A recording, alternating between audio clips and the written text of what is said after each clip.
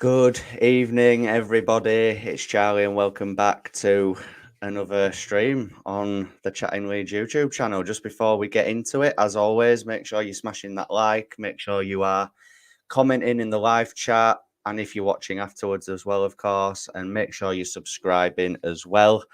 And as always, we are joined by Owen from All Leeds Crest and the White Wall podcast as we delve into another Leeds United win, second win on the bounce, second 2-0 win on the bounce. Just first of all, Owen, how are we tonight? How are we feeling? All right, mate. Yeah, good, thank you. Very shocked, if I'm quite honest with you, especially after the way we played today. But yeah, I feel relieved, Charlie. I don't know. As a Leeds fan, I feel relieved. You know, when you kind of just go, Yeah, it's nice, isn't it? I get what you mean. It's nice, isn't Yeah, it? So, yeah, it is, mate. Yeah, and I think I was a little bit apprehensive going into it as well because I was quite overconfident going into it. I didn't see anything other than a Leeds win today, but then obviously we'll get into it in a little bit. But as that first half dragged on, I just thought, is this going to be one of them games where Leeds start off all right and then fade away and the game just gets away from us? But I thought, obviously, second half we turned it on hugely to get that 3 points over the line. We'll just get into some comments quickly before we get into it. Good result today, says Mike. Alfie's in the building as well. 8 points from 12 is an excellent start. Average that over the season, 92 points. Hopefully that's enough. Yeah, I would like to think it will be. I would like to think. Do we still miss a 10 though?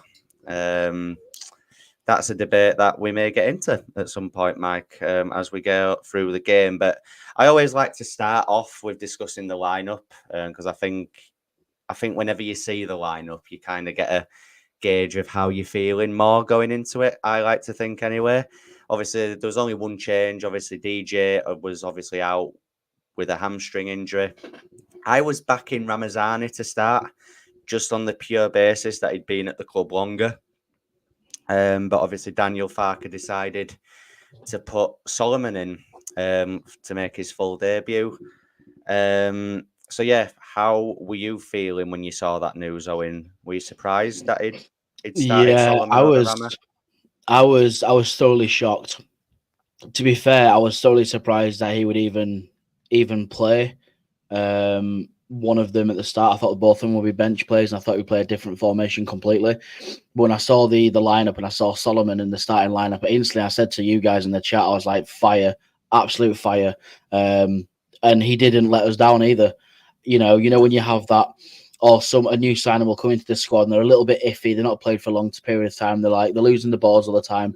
I thought Solomon was mustard, absolute mustard. He was clinical on that side. He was giving Coyle very much a hard time, cutting in, and obviously we'll get onto the goal a little bit later on. But Solomon is definitely a cheat code for this division. I don't know what you think, Charlie, but yeah, obviously I'd seen a bit of him from his time at Fulham and at Spurs as well, but actually seeing him in the flesh today was something else. Like you say, I think the more he settles in with the team and the more used to the style of play he gets, I think, like you say, I think it could be an absolute cheat code in this league as well. I thought, like you say, I thought it was causing their fullback some serious problems in that first half and the whole time that he was on, really. But yeah, it was really refreshing to see someone to come in and play that well on their debut. There's a certain right back at the club at the minute who I still think is trying to adjust to life at Leeds United.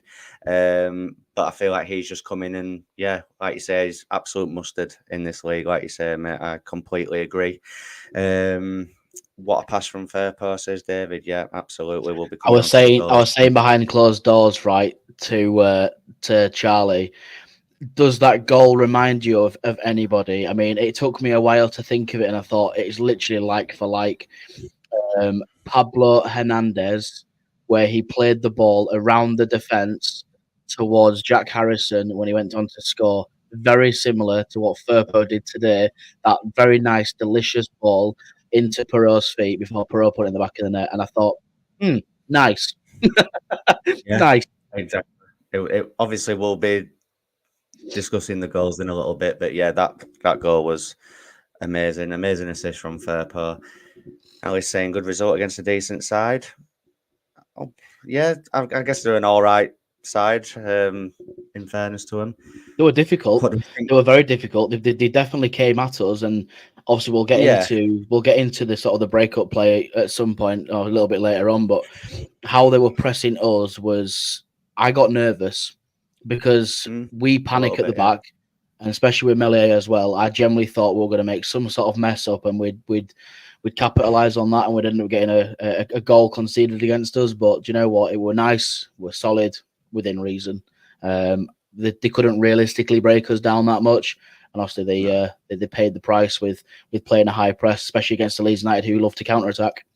You've just mentioned a player there that I think we'll have to get into in a second because I was absolutely spitting blood with him, but we'll get into him in a second. Owen, you want to answer this one? Do you know what? Right. If he's scoring goals for Leeds, then happy days. You know, fair play to him. Yeah. Obviously, he came on. I mean, to be honest, he couldn't miss. He generally couldn't miss. And if he did, I will be on him like Sonic. I was just going to say, if he'd have missed that, I'd dread to think what I'd have seen in the chat after the game. Obviously, because the signal at Ellen Road's absolutely diabolical. I got out of the ground to about 70, 80 messages in our group chat. Obviously, I didn't manage to get through every single one of them. I basically just put a message in about Perot. I think that was the first thing that I contributed after the game. Great result, guys. Praise for Mateo. Hoping the floodgates have opened at long last. Yeah, there was a lot of people saying that around me today, Julie, as well. About he played Joseph. Really well. He played. Yeah, Matthias Joseph played really well, and there was one opportunity sort of very, very early on. I think it was in the first half where he received the ball to his feet. He did that quick shimmy, and obviously then he turned it and obviously played it through. And obviously, unfortunately, Aronson couldn't get on the end of it. But he's really getting into his shell, and I like it. I really do like the way he's playing, and I can see him playing as that 10, as that 9. He can also play on the wing. He likes to cut in. He takes players on. He was very much he's going to be very much a handful this season. I do think his hold-up play is something that isn't spoke about enough. I think for a guy who isn't... I think to look at him physically, he doesn't look like the most, strongest of forwards, but he really puts his body on the line, I think. And, he can really go up against some, tough centre-halves that he's had to face so far this season, I think, anyway. Even at West Brom in a game when he didn't really get much service, I thought the times when the ball did come to him, I thought he competed well with the likes of Bartley and people like that on that occasion. But yeah, I've been really impressed with him, and there was a lot saying it around me after the game. I think now he's scored a goal. Hopefully that's the thing he needed just to push on now and get more, obviously. But slight negative that I have to bring up now, because I was absolutely spitting blood with him today, and I know it didn't really lead to anything in the end, but I've got to speak about it. Illan Melier. I mean, to be honest, I wouldn't necessarily say it's all Melier's fault. I can see it. No, but I'm not saying that at all.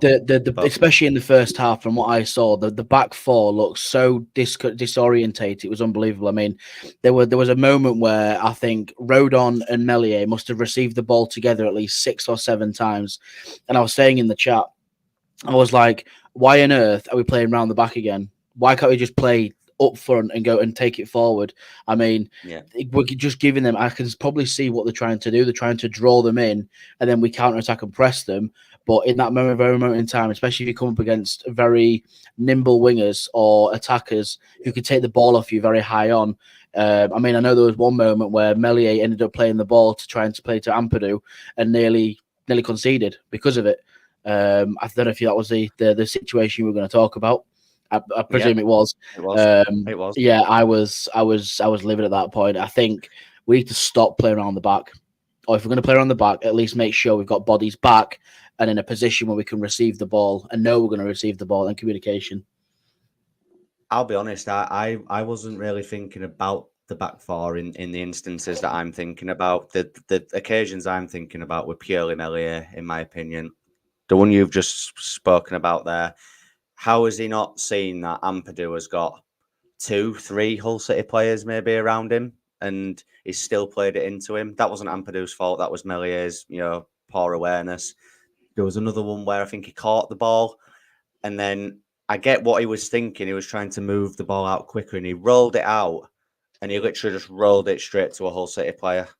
And the crowd was getting on him, and the people calling him useless and things like that. And I'll be honest, I was one of them in that moment. I can't lie. I do get passionate like that at games. I can't lie, but I just think that the fact he's being made vice captain to me is crazy. It just doesn't like. And there was even one where I think they tried to play a through ball, and I think Rodon was like saying to him as if to say, "Come on, come get it." And he just didn't come, and we had to clear it for a foul. I saw that. There's also a chance as well. You had to clear it out of the way, because it would have been it's. I think in the Championship we'll be able to get away with it for the majority of the time. But should we get promoted this season, there needs to be a serious discussion about this guy, or he needs to be either moved on, or at least a keeper that's on his level needs to come in to give him competition, because it's not his fault, but he knows he's playing every game. Like, he knows he's playing. Like, there's no chance Darlow's getting in. There's no chance Alex Cairns is getting in. He knows he's playing, and that he'll have a bit of unintentional arrogance about him, because he knows he's just not getting dropped no matter what he does. And apparently he's the best keeper in the league, which is what's going on with Rodon. Rodon isn't consistent anymore. I'm just looking. No, he's not. Since we've signed him, he's become so inconsistent. I mean, I'm looking at his stats now, and I don't know what it is. He got a 6.9 rating, but everything he was doing was just so off. Whether it was because he kept getting put under pressure from Meslier, I do not know. I mean, I know most times he's sort of playing in that sort of right centre back, right back position to try and sort of play it down the line. Because Bogle, I don't know where Bogle was. I think Bogle was in the south stand with you, mate. He's always too far forward in those sorts of situations, I think, is Bogle.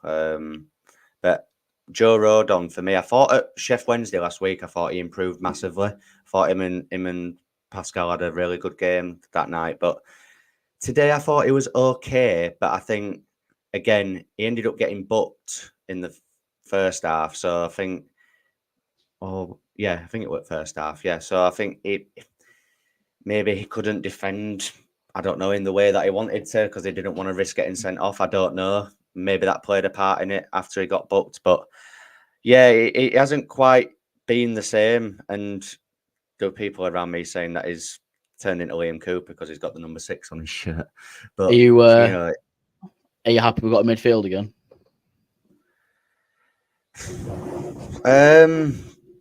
Yes and no. I knew he was going to play that midfield. I just knew that he was going to play Gruev. He's got an obsession with playing him for some reason. Played well though. Played really well today, to be honest. I can give him that. Yes, apart from that silly little free kick and that silly little challenge he did on Ampadu, I don't think he put a foot wrong. Personally, I think he got the ball, he won it back, he played out of his skin, he knew where it was, he didn't really lose anything. I thought we were all right. I thought we were solid. It's a weird one, Gruev, because, like you say, I don't think he really did anything wrong. But then again, I don't understand what he brings to the team. He doesn't bring goals. He doesn't bring goals. He doesn't bring assists. He doesn't drive forward with the ball as much as I'd like him to. And then you get Joe Rothwell come onto the pitch and Ayo Tanaka, and they just look more forward thinking instantly. I don't know if it's I haven't got an agenda against Gruev, guys, by the way. I really want him to do well. I just think him and Ampadu together are too similar. I think, I can see it, but I think the style of play you're kind of going for is because our wing backs like to go forward so much. I think obviously they act as more of like an attacker. So you've got your Joseph, your Aronson, your Gnonto, your Solomon, Ramazani, DJ, whoever are up there, alongside Firpo, Bogle, Byram, and obviously now Smith, who also could play as a wing back. You want to have that that stability at the back, because the only thing you're going to have is then Strike and Rodon. Whereas if you have a Gruev and an Ampadu to mop the ball up and start again and give it to them players, but then obviously if we are on the front foot, we then bring on like a Tanaka who can then drive it forward, a Rothwell who can drive it forward. I can see what Farke's trying to do, and I can also see it from your perspective as well, that it doesn't offer anything going forward, but then why would you want to when you've got such a very clinical front four who can also generate that kind of style of play? Yeah, and again, I'm not on here saying that he played bad, because he didn't. I just think, I don't know, I just want to see a bit more from him in certain scenarios. I can't put my finger on it with him. Is just a weird one. I would like to see like an Ampadu and a Rothwell, or an Ampadu and Tanaka, though, just to see the difference at least, and just see like if it does help, if it does improve. But again, we've got good options in midfield now, so I think whoever plays, I'm quite happy with it to a degree, if you get what I mean. So Tanaka was class though. Tanaka, the minutes that Tanaka had when he came on, oh my word, it just night and day. I didn't realize as well. Obviously, you might not have been able to tell maybe watching it, but he's quite a tall bloke, this Tanaka. I didn't think he was. I thought he was about 5'8". Yeah, I thought he was short, but he's a tall bloke. To be fair to him, he has a bit of an aura about him when he came on. It were weird. Burnley the next game, yeah, it is. Obviously, Burnley drew with Blackburn today. What a game that was! Yeah, I didn't watch it in fairness, but I saw the goals. Just getting some comments. Don't think Aronson did too bad today. No, I thought Brendan was really good. In all fairness, like I say, I don't think everything is going to work every time with him, but it was a real nuisance. It was running a lot. It was, he's working hard for the team. There's some nice link up play. Yeah, I was happy with Aronson. Owen, what about you? Were you happy with him today? Yeah, Aronson does an Aronson thing. I think he could have put the ball in the back of the net from a bit of a mix-up between, which was weirdly enough a cross from Bogle, which ended up managing to sort of pinball through the whole defence. But yeah, I don't think he can put a foot wrong at the moment. I think he's playing out of his skin. He's doing what we ask of him. But he also knows that there is competition, especially with the new signs that have come in, like Ramazani, Solomon, Tanaka. They've obviously come in. Rothwell, who's obviously there. DJ, Perot, Bamford. Gnonto's able to play in that 10 as well, if needed as well. You got Gnonto. I did like over the last two games as well. I don't know if you guys agree. I don't know if you obviously agree, Charlie, but he doesn't stay centrally. He always fluctuates and always moves between, say, the left side or the right side, and it's nice to see him do it. He drops in. There was a time where he ended up picking the ball up really high, playing it forward, and then received it further on. Is this Gnonto, sorry, or Aronson? Yeah, Gnonto. Yeah, Gnonto. Yeah. I've noticed that as well, and I think Farke's giving him that license to just have like a bit of a free roll, really. It works. I think it does work. It's and I wish we'd have seen more of it last season. Maybe, I don't know, the likes of Somerville, and that maybe didn't allow him to do that. I'm unaware of that, but yeah, let's just speak about the goals then, because obviously we haven't really discussed them. So the first one from Joseph, great assist from Solomon, and what he did well there for me, it was a simple thing really, but every time he got the ball in the first half, we were saying to him, drive with it, drive at the fullback, drive. And he did it a few times, but not a lot. But in the second half, he hadn't done it up until this goal. And we just said, just drive at him, just cause him some issues. And the minute they did, a lovely ball into the box, and obviously Joseph's there to finish it. What did you make of that goal, Owen? I thought it was really good. He's been knocking on the door for quite a while now, hasn't he? Even in pre-season. I know he scored in pre-season, but he has been knocking on the door, and he's been all doing the right things. Every game that Joseph has played, he's always wanted to be in the right area, but unfortunately, he has not been able to be given that chance to be able to receive that ball. Obviously, against Portsmouth, he didn't really have anybody who could give them the ball. Against Middlesbrough, I'd write off Middlesbrough. That doesn't exist. That happened a long time ago. West Brom was very much a sluggish match, end to end. Not really much happening, so he couldn't do anything there. Sheffield Wednesday nearly came close, and obviously today he finally got the ball from a delicious ball from Solomon, which once again came on, started, created an assist, goal, bang, done. What you like to see from your wingers. Yeah, and I think it was nice to see Joseph add a goal to a very good performance. I think at Hillsborough last week, I think he did everything but score. I thought it was really good, and obviously he did get player of the match on that occasion, which was thoroughly well deserved. But like I say, I don't think there was a bad player on the pitch really today, apart from maybe Melier on those occasions that I was speaking about. Even Bogle was good going forward. I just think he needs to work on his defensive work really. But on obviously the second goal, I mean, we briefly touched upon it at the beginning, but lovely build-up play. Obviously, it starts with Joseph. He plays a nice little ball through to Firpo. Firpo sees Ramazani and Perot just open, acres of space, and I think the Leeds United of old would have maybe took a few touches, maybe passed it back, maybe not being as direct. And that's something that I've noticed even in the small sample size of games. We do seem a bit more direct this season so far. We're a bit quicker when certain scenarios happen, like the Joseph assist for Dan James last week. Direct, sees him, ball straight through, goal. And then obviously Firpo's looked up, he's seen Perot and obviously Largy in space, and I actually wanted Ramazani to get on the end of it and score, in fairness, but obviously it fell to the best striker in the league, and and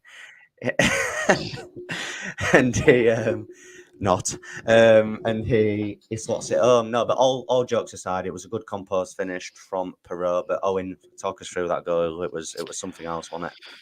It's nice to see us using the press that we did in the first 5 games of pre-season. Obviously, the first 3 games we never obviously saw it, but the high press from Hull really helped and put into our hands, especially working the ball, like you said, quickly, efficiently, and looking up and finding players. And obviously that nice, delicious ball, which ended up in Firpo's feet.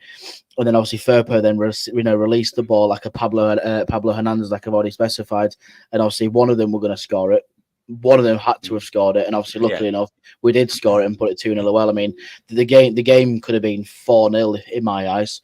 But obviously there was one incident which I do want to get onto a little bit later on, which does involve a certain situation at right back, but I'll get onto that later. But yeah, the goal was fantastic from top to bottom, fantastic, well organised, and just make sure we can do more of this, especially being direct rather than trying to play it into especially in the first half. The first half was very much back to our old ways last season. We're trying to walk the ball into the goal. And I think the 2 goals in the second half was, unbelievable. Yeah, and just before we go any further, guys, there's 27 of you in the building. Really good numbers on a Saturday night. I do appreciate that. If you haven't already, make sure you're liking, commenting, and subscribing, and obviously checking out the White Wall, of course, as well. We'll be live tomorrow at the same time, I imagine, of 8 o'clock, where we'll be delving into the game with the rest of the lads. So yeah, make sure you check that out as well. But yeah, what did you make to Hull today as a whole? I expected them to come at us. I thought first half, towards the end of the first half, I was getting a little bit panicky. I thought they were having a little bit of joy. They were getting on the ball a little bit more, again, without really threatening too much. I thought that what's his name again? The guy who played for Preston, Miller. Yeah, I thought he had quite a good game, to be fair for them. I thought he's a player that I wouldn't have said no to at Leeds United maybe earlier on in the window. But yeah, then in the second half, I thought Leeds just controlled them. Don't know what you thought about Hull, mate, but yeah, Hull were a good team, especially in sort of the first 25 minutes. I think it was Leeds. I was talking to a friend of mine who was actually at the game today, who's a Hull fan, and he was saying the first 25 minutes was Leeds. The second 25 minutes, the kind of thing, was like Hull. or 20-ish minutes was Hull. I thought they definitely had their chances. Liam Miller was definitely a threat on that left hand side. Omer was also a clinical threat. And even that Badia could have had an opportunity to score as well. They're sort of tall centre forward. Thoroughly impressed with sort of both sides. I think Hull tried a lot of things in the first half, but then weren't consistent in the second. And then they got, how can I put it politely? They lost all momentum, and the second half we just switched on and flipped it against them, and that's where they got penalised for it with obviously 2 goals from us, which could have been a lot more. But I think if Hull play the way they are, I think they'll be all right this season. But it's not a Hull podcast; it's a Leeds one, and I'm happy that we beat both Wednesday and Hull. So now on to Sheffield United. And obviously, as Michael's saying here, 2 Yorkshire derbies, 2 wins, which is always good. And Alfie is spot on there, best team in Yorkshire by a country mile. But I want to hear your scenario about a certain right back. I want to hear about this. Go on, the floor is yours. Well, I mean, for anyone who obviously is a regular, you'll hear me talking about a certain right back repetitively, whether I'm on with Charlie or whether we're on the White Wall podcast. Now, last season and probably the season before when he was in the Championship, he was a very, very well-rounded right back. But this season, I don't know what it is. He just seems so off. Like against Wednesday, he was mustard. He was all right. He did what he needed to do, and he got beaten once or twice. But other than that, he played really well. Today, there was an opportunity where he could have passed it back into the middle again. There was 3 in the box, and he tried to have a shot on goal whilst the keeper was stood on his post and thought he'd be able to go through the keeper. I was like, why don't you pass it? Is this Jayden Bogle by any chance? Oh, how did you guess? I just going forward, if offensively he's really, really good. Defensively, he's shocking. Now, like I said to you for weeks, mate, like, why did we sign him? If we're wanting a fully grown right back, Byron played really well today and defended quite well. He did. And I thought, that's a right back. And you think he's 30-year-old and Byron's playing better at right back than Bogle, who's supposed to have loads of experience on the way. But I mean, we got. I need to be careful how I say this now. We've got Isaac Schmidt now to come in. So I wonder if he can play right back. Yeah, like I say, guys, it's only 4 games into the season. I'm not writing Jayden Bogle off completely. There's obviously a reason why we signed him. He was really good at Sheffield United by all accounts. But again, I think going forward, he is mustard, and he can be mustard going forward. I think he's really good at linking up the play down that right-hand side. But I just think defensively, he does get caught out, and I think teams are starting to realise it now. I've not seen him win an aerial duel. I think he shows his winger too much space to get in and around him. Doesn't seem, again, I'm sure he is quick, but there was an instance today in that second half where Liam Miller simply just dribbled past him, and it looked like it was like 100, 200 yards ahead of him just all the time. And I don't think maybe that's a pace issue. I think that's a positional issue, really, as to how he was able to get around him that easily. But again, I'm not writing him off. It's 4 games in. I'm sure, I'm praying and I'm hoping that he does come good. But like you say, he knows now that he's obviously got Byron, who, as you've correctly said, I thought he did really well when he came on. It was only a small amount of time, but I thought he was decent. And then obviously there's Isaac Schmidt, who's going to be chomping at the bit to get into the team as well. So he does need to book his ideas up now, does old Jayden, in my opinion. If Firpo keeps playing for performances like he did today, Schmidt's never going to play left back because Firpo's good today. Correct, you can't drop Firpo. Even the last couple of games, Firpo's been insane. He's been unbelievable going forward. He's come back, he's defended. I don't think he's put a foot wrong. Obviously Schmidt, if anything, he's going to be looking at going to that right back position. Yeah, I would say so. Yeah.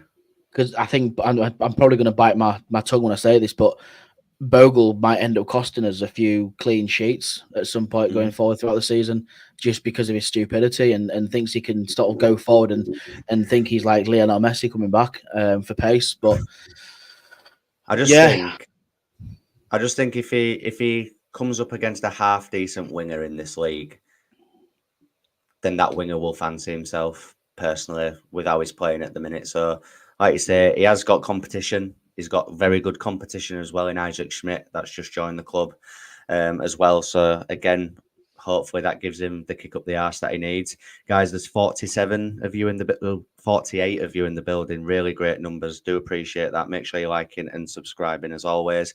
This is a little bit off topic, Owen, but I just thought I'd flash this comment up here. Georgie Rutter is getting abused on social media by Brighton supporters for missing a last-minute chance against Arsenal. Somerville at the moment is a bench warmer at West Ham. Grass isn't always greener. I mean, I have seen a few comments about Georgie from the Brighton fans saying that for a club record deal, he's SHIT. I won't say the word because of the monetisation. But yeah, SHIT, which obviously I can't proclaim to say that I've seen him play for Brighton yet. So I can't comment, but unfortunately I have, and they were playing him in right wing earlier. He's not a right winger. No, he looked like a lost puppy today against Arsenal. I mean, I didn't watch the whole game, but yeah, he looked like a lost puppy. But like someone said, quite rightly, it's grass isn't always green. I mean, end of the day, he went over there and he wanted to do the whole "let's go" kind of thing, and sod him. And especially with Somerville. I just think if you're going to play him, at least play him in his right position, because he isn't a right winger. But again, whether he's never going to replace João Pedro, though, is he? This is, I think, he's never going to replace João Pedro, who's in form. Whether it's him, whether it's Somerville, whether it's Archie, they've all made the bed. They need to lie in it now, don't they? They're not our problem anymore. But again, another comment that I completely agree with from David. Ramazani did look good when he come on today as well. I thought he looked sharp, he looked quick, he looked, just intelligent, just going forward. He knew where everybody was. Nice little neat passing, one touches. I just thought, and he looked like Somerville as well. It was really weird. He just looked like Cree. But again, we've got, apart from the ideal 10, but again, Aronson could turn into the ideal 10. He's playing well at the minute, but the one thing that makes me nervous about Ramazani is him getting injured, because after watching today, a lot they were trying to take our players out. I mean, Gnonto kept getting clipped, Aronson kept getting clipped, Joseph kept getting clipped, Solomon was the same thing. Ramazani, he came on, kept getting clipped, and especially with Tanaka as well. You can't injure somebody of that talent, and I can see it happening. I know we've got backups, but I think at some point, whether it's him or Solomon, they will get an injury at some point. I think, especially Ramazani, it's when I say it's a new country, a new league. Obviously, he was at the Scum setup as a youth player, wasn't he? But it's his first probably senior football in this country, and the Championship, as we all know, it's gritty. It's like Sunday League at times with some of the tackles that fly in. It is aggressive, but I thought he handled himself quite well today when he came on, as did Solomon. But yeah, look, I think he's a really good player. And I think I will go as far to say that apart from the number 10, I think we have got an embarrassment of riches going forward at the minute. Do you know something? After be calmed down for a long period of time now, and actually sitting and reflecting and thinking to myself, we've spent the right money again. We've not overspent at all. We've paid the right amount of money. Sorry to break you off, mate, but there is fans on social media that are complaining that we've spent, that we've brought in 140, 150 million, something like that, and only spent, is it about 35 million, maybe? Yeah. No more than that, I'd say. We've not spent a lot of money. Like I said, we obviously, we've got two players right now who are on loan with us. Obviously, Ramazani cost us next to nothing. Schmidt was like 2.4 million. Tanaka was like 3.6 or something million. Who else was there? There was Ramazani didn't obviously cost us that much either. I think Joe Rode on 10 million. Yeah, Joe Rode on 10 million. So yeah, it must be about just over. It was under 40 million, put it that way. And obviously, we've managed to recuperate over 100 million. So it's good business, very, very good business. But I think obviously going forward, we'll then find out when it gets to sort of like up until January, especially December, because December always seems to be a very difficult month for us. So we'll find out by then if it's worked and if we are going to go and spend anything in January. Because if we are, I reckon it'll probably be a striker.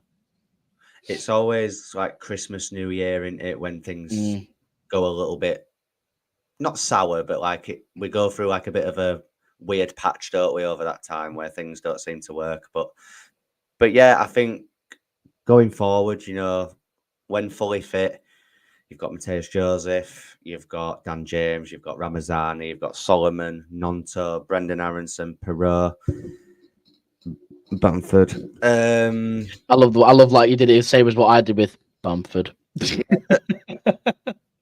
I will just say though, as much as we don't rate him, there are teams in this league that would snap their hands off to have a Patrick Bamford in the team, and I will say that myself. Yeah, exactly. I would as well, along with Max Verber. But anyway, that's a different topic. Overall, sorry to interrupt you, Charlie, but overall with the performance that we've got, they're all well rounded now. We're not just a team of it's okay because you'll just rely on Somerville. Oh, it's okay because you'll just rely on Rutter. Oh, it's okay because you'll just rely on X, Y, Z. We've got a well-rounded team who can all work together as one. And yes, I was a little bit peeved off that we got rid of a certain amount of players, but I think it was more of a sentimental thing for me. Because we brought a Georgie in, it was like very nice to see sort of like behind the scenes and the Georgies, let's go kind of thing. It was like kind of nice, and the Somerville keeping us in games. But looking at the players today, I mean, Solomon, whether there's them fickle fans on social media who are still talking political rubbish, is a polite way I'm going to say it, but the way he played today, I will back that man 1,000%. Ramazani, back him 1,000%, and obviously all the rest of them. I will just say as well, and I said this on the White Wall, I think it might have been last night or the last one that we did. I didn't expect any fans to give Solomon any abuse, and nobody did either, which was really good to hear, because, you know, sometimes at games you'll just get the odd one, won't you, who decides to be an idiot. But no, I didn't hear anything around me or in other sections of the ground, which was good. Like it should be. Like it should be. Exactly. A football game, and you should be saying the guy's name. I shouldn't even have to say that really, but you know, I have, and that's it. But yeah, this is probably just to end the stream, guys. Obviously, we woke up to the news, as Natalie is saying here, about Willie Gnonto extending his time at the club. He's signed a new 4-year deal until 2028. I know that Owen was a little bit skeptical, to say the least, when we saw that news. You were happy, but you obviously had concerns about the likes of, you know, Archie Gray when he signed his new deal, and then there was the clause, and that's where he went, yada yada yada. And I do get that, and I'll be honest, it wouldn't surprise me if Gnonto did have that clause in this new deal. Apparently, there's no clauses at all, but believe that if you want. You know, I'll be honest, I don't really care right now as I'm sat here. I think that's an issue where we can think about it at the end of the season. I think if Leeds go up, I think we won't need to worry about it. I think he'll just stay at the club and he'll be happy. The interesting thing will be if we don't go up, to see what happens with him then, because I was watching his interview about the new contract, and if you fast forward 12 months when he was trying to leave the club and the fans hated him, and he was getting I remember that game against West Brom on that Friday night. Some of the things that I heard that night, I obviously won't say on here. And then now he's saying, oh, it feels like a family. I've felt like this since day one, blah, blah, blah. And I was watching it. It's all PR talk, isn't it? Yeah, it's all PR talk. Of course it is. Do you know what I mean? It's to make people sweeter. I mean, the thing that got me the most was, I mean, I mentioned this last night. Today, before we actually played against Hull, before I even kicked a football. And I said, the reason why they've done this is because they know for a fact that they couldn't get a 10.